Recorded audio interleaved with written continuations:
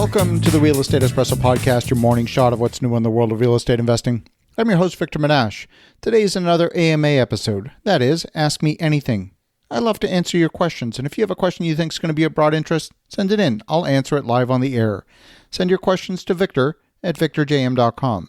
That's victor@victorjm.com. Today, Ryan from Arlington, Texas asks, Hi, Victor. You always seem to be ahead of the curve, and you do a wonderful job informing your listeners about the trends you see in real estate and current events.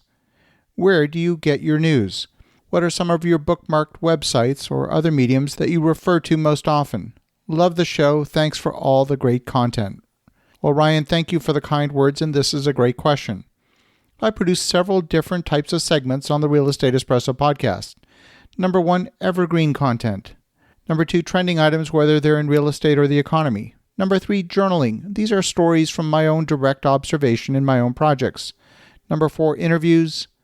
Number 5, book of the month. And number 6, AMA episodes, just like we're doing today. Your question relates most strongly to those topics that are trending in the industry. These shows require the most research. They are those that somehow tie into something that's happening in the broader economy. For that, I've got numerous sources. I tend to stay away from the headline sources like the New York Times and the Washington Post. I almost never look at USA Today or CNN or Fox News. When it comes to commercial real estate, the Wall Street Journal does a dreadful job. So I rarely look at the Wall Street Journal for real estate, but they are a good source of economic and geopolitical information. I do have many go-to sources. They include the World Economic Forum, Business Insider, and the newsletters of various economists. I go to the research departments of the major brokerage houses like Colliers, CBRE, JLL, and Marcus Millichap. I use the economic research from the Big Four accounting firms, and I use the research departments from Fannie Mae, Freddie Mac, the Canada Mortgage Housing Corporation, and many others. There are people that I like to follow regularly, many of whom I know personally. I'm thinking of folks like Peter Schiff, Simon Black, Dr. Doug Duncan, the chief economist from Fannie Mae, John Malden. He has relationships with many central bankers directly, Ray Dalio from Bridgewater Associates, Harry Dent, and I make it a point to get invited to some of the most exclusive webinars where I can find out information from industry insiders directly. While I may not quote a source directly, the information I receive from them gives me a thread to follow. So, for example, if the story is, say, on demographics and the story references an updated data set in the census, I will go find that census data, download it onto my computer, bring it into Excel, and calculate a new slice of the data that would be relevant to our listeners. I might get an idea for a segment from the Wall Street Journal, but if there's a superficial story in the Wall Street Journal that's referencing a report, say, from Fannie Mae, I'm going to go to the original report, which will have much more information, and I'll create my own summary of the analysis.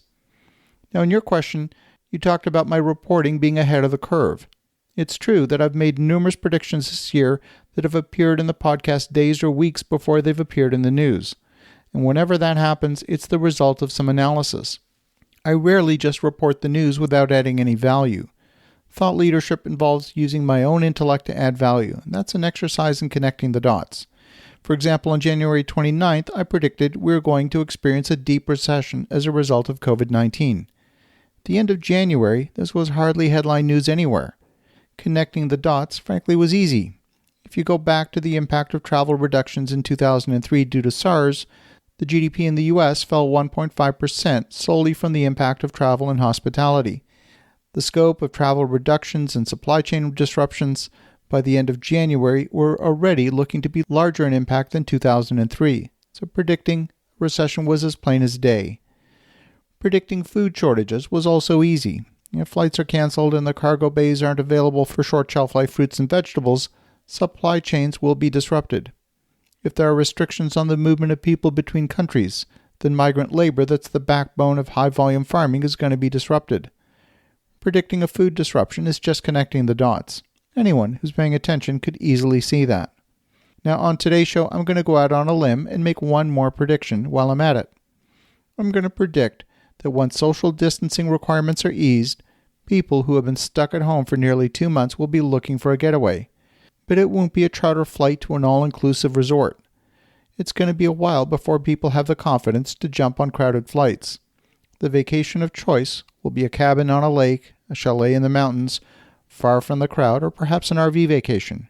If you have a short-term rental in a vacation zone within driving distance of a major population center, you're well positioned to fulfill the demand that will return with a vengeance.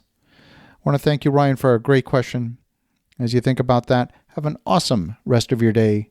Go make some great things happen. We'll talk to you again tomorrow.